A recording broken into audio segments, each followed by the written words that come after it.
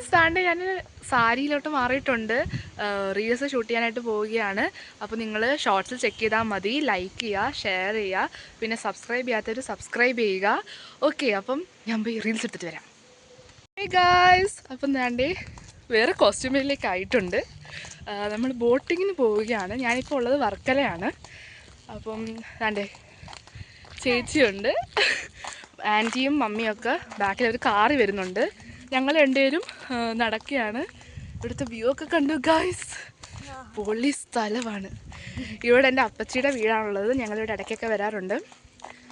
അപ്പം നമ്മൾ ഇപ്പം ഇന്ന് ബോട്ടിങ്ങിൽ പോകാൻ പോവാണ്. എക്സൈറ്റഡ് ആണ് ചേച്ചി. വ്യൂ ഞാൻ ബാക്ക് ക്യാമറയിൽ കാണിച്ചു തരാം.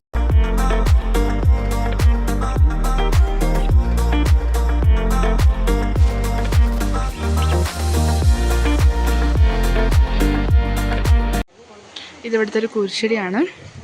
നമ്മളപ്പം ഇവിടെ നിന്നാണ് ബോട്ട് കയറുന്നത്.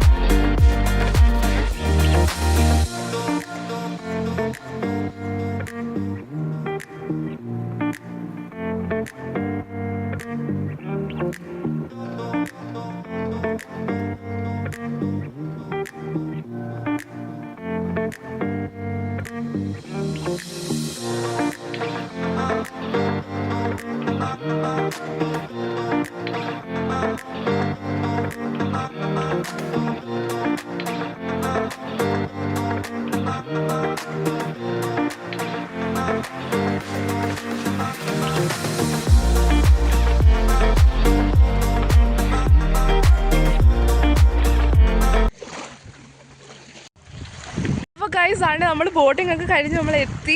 അടിപൊളിയായിരുന്നു. നമ്മുടെ മൺട്രോത്തുരുത്തും സാമ്പ്രാണിക്കൊടി പുലർക്ക് തന്നെ. പക്ഷേ നമുക്ക് ഇവിടെ നിന്ന് ഇറങ്ങാൻ പറ്റത്തില്ല. കുറച്ച് ആടും ഒക്കെ ഉള്ളതുകൊണ്ട് നമുക്ക് ഇറങ്ങാൻ പറ്റത്തില്ല. അതുപോലെ സമയം ഇച്ചിരി കുറവാണ് നമുക്ക്. അപ്പം ഒരു മോർണിംഗ് വന്നു കഴിഞ്ഞാൽ നമുക്ക് അടിച്ചു പൊളിക്കാം. ഇവിടെ അടുത്ത് തന്നെ അതാണ്ട് അവിടെ റിസോർട്ടൊക്കെ ഉണ്ട്. നമ്മൾ മോർണിംഗ് വന്നു കഴിഞ്ഞാൽ അടിപൊളിയാണ്. കുറേ റിസോർട്ടൊക്കെ ഉണ്ടായിരുന്നു അങ്ങോട്ട്. അതെ, അടിപൊളിയായിരിക്കും. അപ്പം നമ്മൾ താണ്ടെ അവിടെ ഒന്നും ഇറങ്ങാൻ പറ്റാത്തതിൻ്റെ വിഷമം ഞങ്ങൾ താണ്ടെ ഇവിടെ വന്ന് തീർത്തു. ഇവിടെ നിന്ന് കുറച്ച് ഫോട്ടോസൊക്കെ എടുത്തു. അവരവിടെ വെയിറ്റിംഗ് ആണ് നമ്മളെ. അപ്പോൾ നമുക്കിനി അങ്ങോട്ട് പോവാം. സോ ഫ്രണ്ട്സ്, നമ്മളപ്പം മേലോട്ട് കയറുകയാണ്. അടിപൊളിയായിരുന്നു, നല്ല രസമുണ്ടായിരുന്നു. പിന്നെ അവിടുത്തെ സാമ്പ്രാണിക്കൊടി അവിടുത്തെ പോലൊന്നും ലൈക്ക് ഇവിടെ ഫുഡ് അങ്ങനത്തെ സംഭവമൊന്നും ഇല്ല അങ്ങോട്ട്.